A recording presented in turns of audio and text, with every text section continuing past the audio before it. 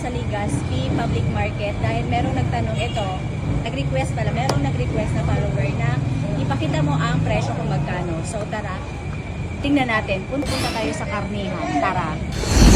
So, nandito na kami ngayon sa second floor. Sana tama kami. Yan dito daw yung karnihan. So, hahanapin natin yung isa sa pinakamatagal na karnihan dito for almost 40 years. Let's go.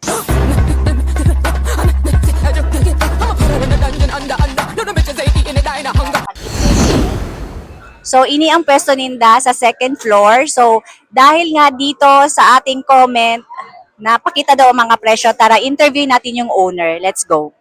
So, andito po si Ate Sean. Siya po ang owner ng Bebot. Ayan, Bebot. Bebot Perdigon na meat shop. Hindi, actually, ang bot, ito, si Bot. Hi, hello. So, sila ang owner ng Perdigon, ng Bebot Perdigon Meat Shop. Kasi sila ang isa sa pinakamatagal na nagtitinda dito ng karne for almost 40 years. Grabe, ang tagal. So, meron tayong nag-comment, meron follower natin nag-comment. Ito, may nag-comment na ipakita daw yung presyo. Sikat mong longganisa muna ang unahin natin. This one is garlic longganisa. And then ito po ay hamonado, sweet. And then this one is garlic. The price nito is, retailing price namin is 300 per kilo. The same as hamonado, sweet. The same price po yan. 300. Yes, ma'am.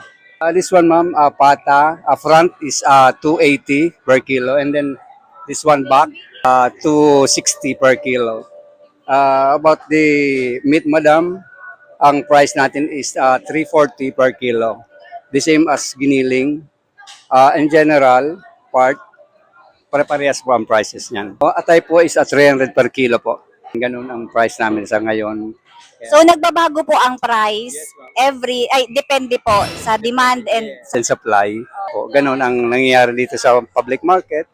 So, ngayon po, medyo mataas. 300. Katamtaman lang po yung price natin ngayon. Hindi naman gaano mataas and then hindi naman mababa. Normal lang yun sa price natin. Ang mahilig kasi kami ay ribs. Ito, di ba? Pag spare ribs ba, mahal ba? Hindi naman. The same price yan eh. Ganito, liempo, and then spare ribs. In general, lahat po yan. Pare-parehas po ang price nan. 340. 340 pala po. 340 ito. So, bibili tayo. Siyempre, hindi tayo pwedeng hindi bumili dito, di ba? So, bibili tayo ng tigkabanga, sarong kilo, pero tigkabanga plastic.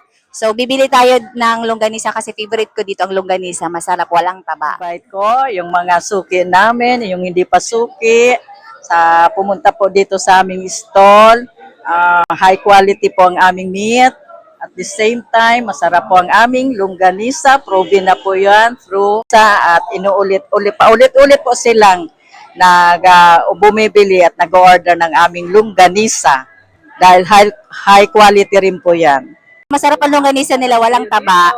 Kami na lang tumataba. Charit. Yung anak nila si Sir Ed.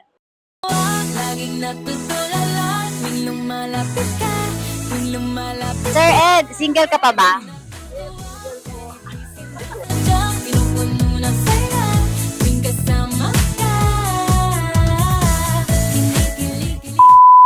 Ka na ba dito, kuya, nagtitinda? Ay, nagbabantay? 14 years. 14 years. Kuya, nabigyan ka na ba ng 13-month pay? Taon-taon, Christmas bonus? meron din.